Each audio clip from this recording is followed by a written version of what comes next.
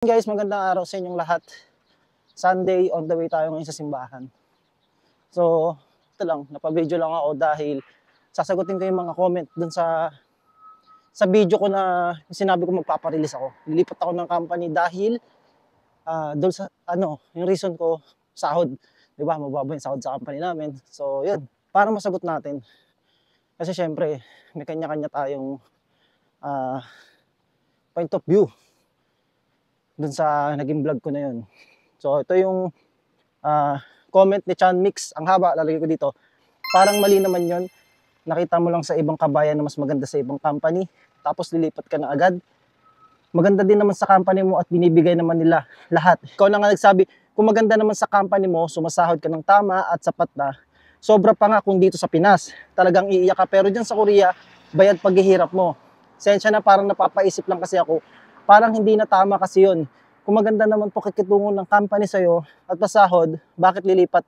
Dahil sa kabila mas malaki sahod? Well, di ka naman alam pinagdadaanan mo dyan. Pero sabi ko nga, bayad paghihirap mo dyan sa Korea. Para payagan lumipat ng warehouse, papasaway, wag dapat ugaliin yan dahil alam nyo, gusto tayo ng mga Korean citizen dahil masisipag ang Pinoy at magagalang. Pero sa napapanood ko sa ibang YouTuber na nasa Korea, lumilipat ng warehouse, magpapasaway, papasakin ng ulo nang nagpasok sa kanila, awit, palala ng palala. Okay sana kung sobrang hirap ng sitwasyon. Pwede yun naiintindihan pa, guys. Gagayahin kayo ng ibang susunod na pupunta sa Korea at papalit sa inyo. Huwag sana dumating sa point ng mga Pinoy na aayawan ng mga Koreano dahil sa mga ganyang pag-uugali. So, yun, naano ako dun sa na nabasa ko to, paggising ko, may comment ang haba. Talagang, pinagtuunan niya ng pansin yung pag-comment doon. So, yun, Chanmix TV. Para sa akin lang, nung pumunta ako dito sa South Korea, sabi ko, all goods lang sa akin. Makapunta lang ako.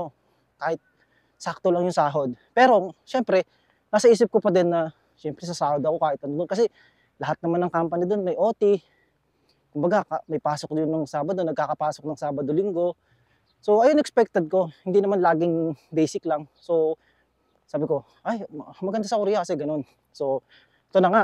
Nung nag-start na ako magtrabaho dito, all goods, wala akong problema. Kahit basic sahod ko, nakakagala ko ng Sabado, Linggo. At all goods sa akin kasi all goods yung company ko. Mabait sila sa akin. Mabait yung company. Binibigay lahat sa amin. Kahit masama yung ugali ng tsadyangnim namin, all goods lang. Kasi all goods naman yung company namin. So, pero nito, nung nag-isang taon na ako, yun, may nakakausap ako na, ba't nagdiyan ka pa sa company mo? Sayang yung panahon mo. Kasi, saglit lang tayo sa Korea. Nandito nga tayo para magtrabaho. So, para sa akin, napapaisip ako, parang sayang yung panahon ko, magtitiis ako sa company na to na basic lang yung sahod namin. Kaya naman kumita ng mas malaki sa ibang company. Kasi, dadating talaga sa point na kahit kontento ka na sa company mo, dadating sa point na makukumpara mo yung sahod nila sa sahod mo. Ganun, naguguluhan talaga ako ng mga time na yun. Sabi ko, ilang buwan kong pinag-iisipan, siguro mga 2 months na, sabi ko, gusto kong lumipat ng company. Basta gulong-gulo yung isip ko, gusto kong lumipat ng company sa magandang company para may sahod, may pasok ng Sabado, Linggo, ganun, para makumita naman lang kahit papano na mas malaki. Tapos, ito naman, naiisip ko naman ngayon na ayokong umalis kasi okay na ako sa company na to kasi pang long term to. Dito sa company na to, pwede pa akong mas tumagal dito. Kumbaga, work-life balance, nandito na sa company namin. Malaki naman yung kita. Kasi, kung compare natin sa Pilipinas, syempre kayo, nagko-comment kayo, nandiyan pa sa Pilipinas kukompare nyo na, all goods na yan kasi mas malaki yan dito sa Pilipinas. Oo, mas malaki talaga sa Pilipinas. Mas malaki dito kaysa sa Pilipinas. Pero, pag nandito na kayo, sumasahod kayo ng basic, tapos makikita nyo yung kasamahan nyo na sumasahod ng doble sa sinasahod nyo, hindi ko lang alam kung hindi pumasok sa isip nyo na maikumpara. Sana wag dumating sa time na pag nandito na kayo, wag nyo ikumpara yung sahod nyo. Kung parehas tayo ng sitwasyon na mapupunta kayo sa company na ganun, same ng company ko, na walang OT, mabait man sila sa inyo, all goods, pero makukumpara mo yung sahod, wag sanang dumating sa point na ganun sa inyo. Kasi sa akin, nung una all goods sabi ko, okay lang. Pero nung nakukumpara ko na yung sahod, tapos, grabe naman sa company niyo, walang OT. Oo, walang OT. Pero all goods lang. Sinasagot ko lang, all goods lang kasi mabait yung company namin. Pero katagalan ng katagalan, sabi ko, ba't di ka lumipat na ibang company? Sabi ko, hindi ano parang hindi ko masagot. Tapos nito, parang gusto ko na talagang lumipat. Kasi nga, doon nga sa mga narinig ko na sayang yung panahon, sayang naman kasi talaga. Kaya mo kumita na mas doble. Kaso nga lang, yung pagod, syempre may pasok ng Sabado Linggo, may OT. Kaya yung gulong-gulo yung isip ko. Kaya, ano rin, para sa akin lang, ayan, ito talaga yung naiisip ng mga EPS worker dito sa South Korea. Na katulad ko, naisip ko lang din yun, na gusto kong umalis na. Kasi nga ganun. Alam niyo yun? Kaya kayo yung nagko-comment, sana pag nandito na kayo sa Korea, wag niyong maisip yun. Nakagaya ko, gusto kong umalis sa company. Ako, sabi ko, nagigilty ako sa sarili ko, naiiyak ako eh. Sabi ko, okay naman ako dito sa company. Kasi kaso nga lang, nakukumpara ko yung sahod ko sa iba na ang laki ng sahod nila. Alam mo yun? Kami, wala kaming pasok. Mas ganito lang yung sahod namin. Malaki na rin yun, malaki na talaga yung sahod. Pero mas malaki yung sa kanila. Ganun yung pumapasok sa isip namin na parehas lang naman kami nagtatrabaho dito sa Korea. Tapos, buti pa sila, may OT, ganun. Makukumpara at makukumpara mo. Pero, sa akin, ito, mga huli, ayokong iwan yung company namin eh. Kasi, all goods yung company namin. Gusto ko yung company namin in long term. Yung pangmatagalan talaga na dyan ako magtatrabaho na pagdating ng Sabado Linggo ay makakagala ako. Wala kaming OT. Parang hindi kami nagtatrabaho. Ganun. Pero, may isip mo na naman. Pagka, kunyari, may time na may isip mo na naman. Sayang, pagka, lipat ka ibang company para mas mabilis ako makaipon at mas mabilis ako makauwi ng Pilipinas. So, maghahalo-halong emosyon yan. Pag yun yung napil nyo. Ako kasi, pag na-homesick ako, naisip ko, gusto ko na umuwi ng Pilipinas.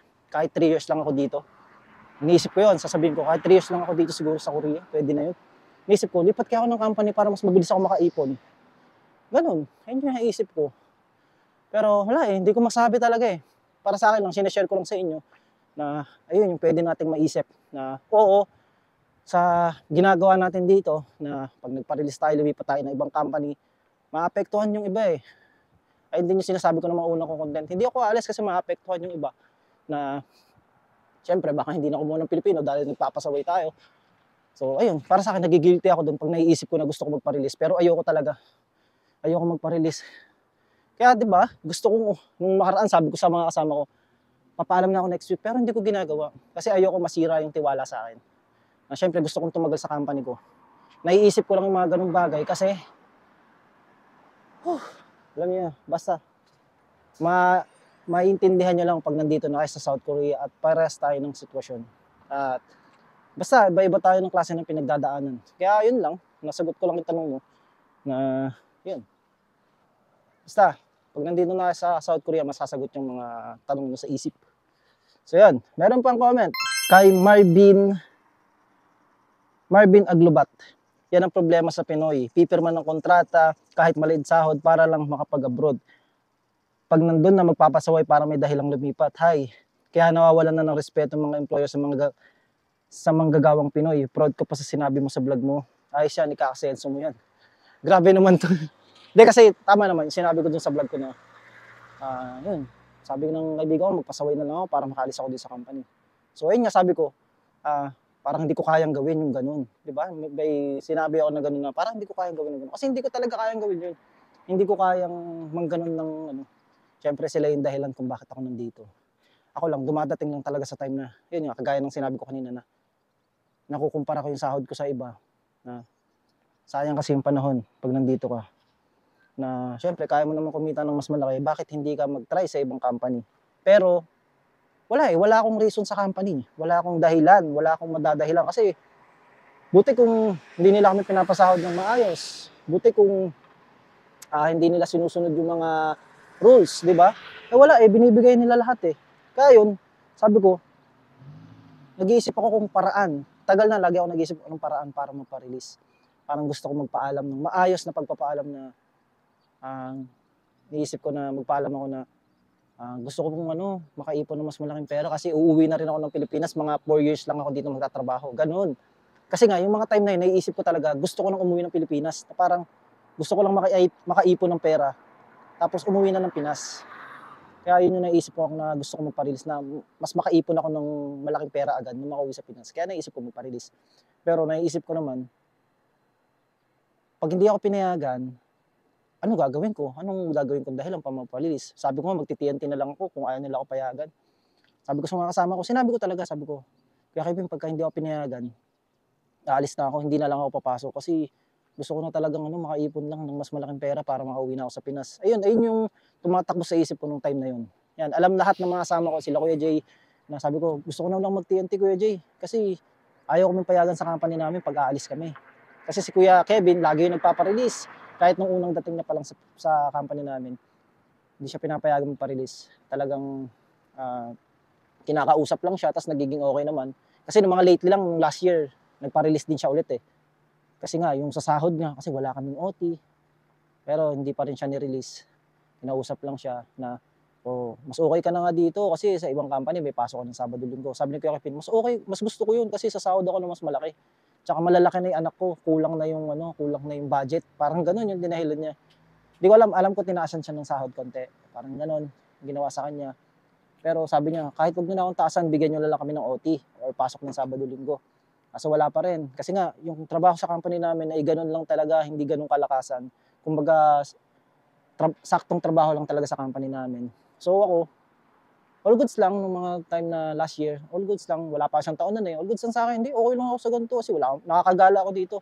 Pero nung time talaga na parang naiisip ko talaga na sayang nga yung panahon, no? Kasi yung iba sa sahod ng doble sa sinasahod ko, basic, sila sa sahod ng mas doble sa sahod ko. Kunyari 80, sahod sila ng 150, 130. Sabi ko, pwede naman akong pumasok sa ganung company. Alis lang ako dito. Kaso paano kaya ako makakaalis? Ayoko naman nang aalis ako dito na para kung walang utang na loob kasi sila yung dahilan kung bakit ako nakapunta dito. Komot may dahilan tayo para umalis kasi meron tayong 5 release. Pwede tayo magpa-release ng 5 beses ata o 3 years 3 or 4 years 10 months, 5 beses tayo pwede magpa-release, lipat tayo ng company. So yun, pero depende yun sa company. Sabi ko nga, grabe. Dito ako napunta sa company na hindi sila pumapayag magpa-release kasi all goods naman sila lahat. All goods lahat ng pakitungo nila sa amin, yung sahod, yung yoncha, yung holiday, lahat wala silang nilalabag. Kumbaga wala kami pwedeng idahilan talaga sa kanila, against sa kanila para magpa-release. Kumbaga maayos yung company. So sabi ko, paano kaya makapagpa-release? Umalis na lang kaya ako. Parang pag hindi ako pinayagan, kasi sabi ko kay Kuya Kevin, once na magpapaalam ako magpa-release, hindi na ako papasok. Kumbaga hindi ako papasok kinabukasan. Kasi nakakaya na, nagpaalam ako magpa-release, tapos papasok pa ako. Sabi ko, baka mag-TNT na ako noon. Parang ganun yung pumapasok sa isip ko talaga, gulong-gulo yung isip ko. Kasi parang iniisip ko sayang yung panahon. Parang sige, susugal na ako, pasok ako sa ibang company na mas malaki yung sahod, kahit TNT ako. Ayun yung pumapasok sa isip ko ng mga time na yun.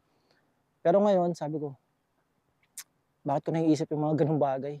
Kasi nga, nakukumpara ko yung sahod ko sa sahod ng iba.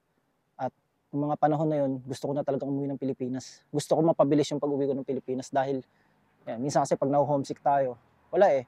Kayo, kung nasa Pilipinas kayo, syempre, makukumpara nyo dyan, dito maliit yung sahod, dyan malaki, nagre-reklamo pa kayo. Yan, sabi ko nga, hindi nyo maintindihan hanggat wala kayo dito. Hanggat wala kayo dito sa Korea at wala kayo sa pares na sitwasyon namin. Pagka nandito kayo, naisip nyo nakukumpara nyo yung sarili nyo sa ibang company. Dadating sa point talaga na maisip nyo na, magpa-release kaya ako. Lipat kaya ako ng ibang company para makaipon ako ng mas malaki. Ganun. So, yun lang sa akin. Ayun lang talaga yung mga nasasabi ko nung mga panahon na yun na ako din, nagigilty ako kasi ba't ko naiisip yun? All goods naman tayo dito Ginalabanan ko yung isip ko talaga, all goods naman Tapos dadating na naman sa point na pagkakailangan ko ng pera, lipat na ako ng company. Parang tinatamad na ako dito sa company. Ganun. Basta, ayun yung nangyayari sa buhay dito sa Korea pagka napunta ka sa ganung company. Kaya hindi natin masisisi yung mga nagpapa-release sa lumilipat na mga company. Kagaya ng mga na-interview natin, lumilipat sila pero may reason. May dahilan kung bakit sila lumilipat. Meron namang iba na wala ding reason na pag nagpaalam sila ay pinapayagan naman sila. So magkaiba kami. Sa amin naman, walang reason. Kahit walang reason, pag nagpaalam ka, hindi ka rin papayagan. So yun lang. Para lang tayo nagrarant sa company na gusto namin na mas malaking sahod. Kahit hindi naman nila maibibigay yon kasi nga wala namang OT. Kumbaga, kailangan namin pagtrabahuhan para lumaki sahod. Kaso nga, wala namang OT sa company namin, wala namang pasok ng Sabado Linggo. So, yun lang sa mga nag-comment. Sana, pag dumating kayo dito sa South Korea at naging isa kayong EPS worker, sana wag dumating sa point na maiisip nyo rin to. Pero dadating sa point nyo talaga to, yung maiisip nyo na makukumpara nyo yung sahod nyo sa iba. Kung parehas tayo na basic salary. Siguro yung mga unang taon nyo, syempre malaki yan malaki yung sahod talaga.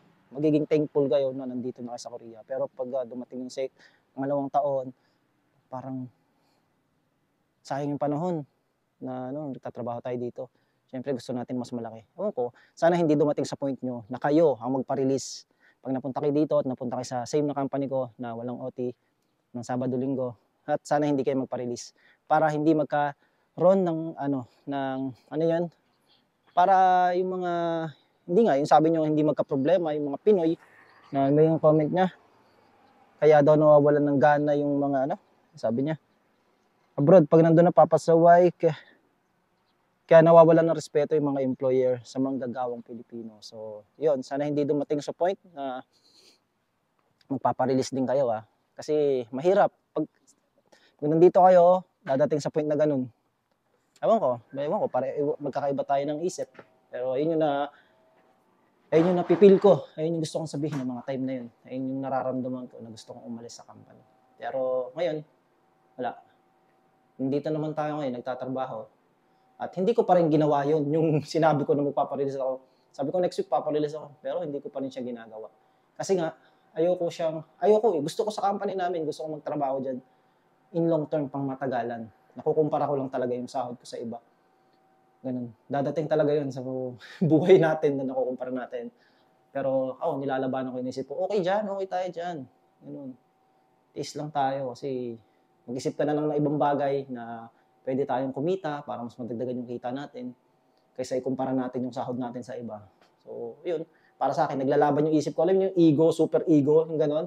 Ikaw, balance ka. Okay naman ako sa company ko. Tapos may isa, parang may bubulong sa'yo na, hindi, lipat ka ng company kasi mas maganda nun. Para 5 years ka lang sa Korea, pwede ka nang umuwi na Pilipinas kasi malaki na yung ipon mo. Tapos may isa naman na babalance na, okay ka na sa company. Ganun, parang may mga demonyo na sa akin, bubulong. Kaya yun.